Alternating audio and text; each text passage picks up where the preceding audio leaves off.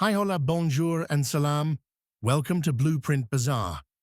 In this episode, Plastic Shredder Machine Full Assembly Walkthrough, Part 12, we scale up our progress by applying a linear pattern to the rotating blades and spacers on both shafts.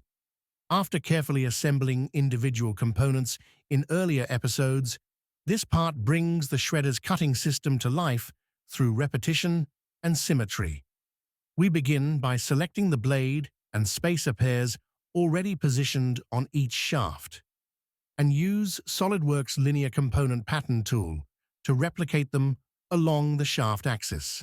With precise control over spacing and instance count, we make sure each patterned part maintains proper alignment and mechanical integrity.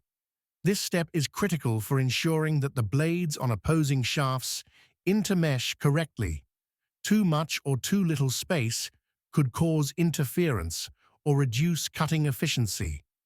That's why we perform motion checks and visual validations to confirm rotational clearance and uniform stacking throughout the patterned array. By the end of this episode, both shafts feature full blade stacks that mirror one another, establishing a synchronized cutting mechanism. This patterned arrangement not only defines the shredder's cutting performance, but also sets the stage for fixed blade patterning in the next episode.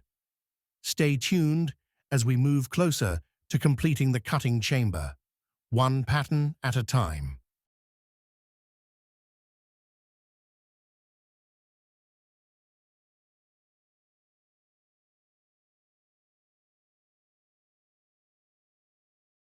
Please keep supporting us as we dive deeper into mechanical design and development.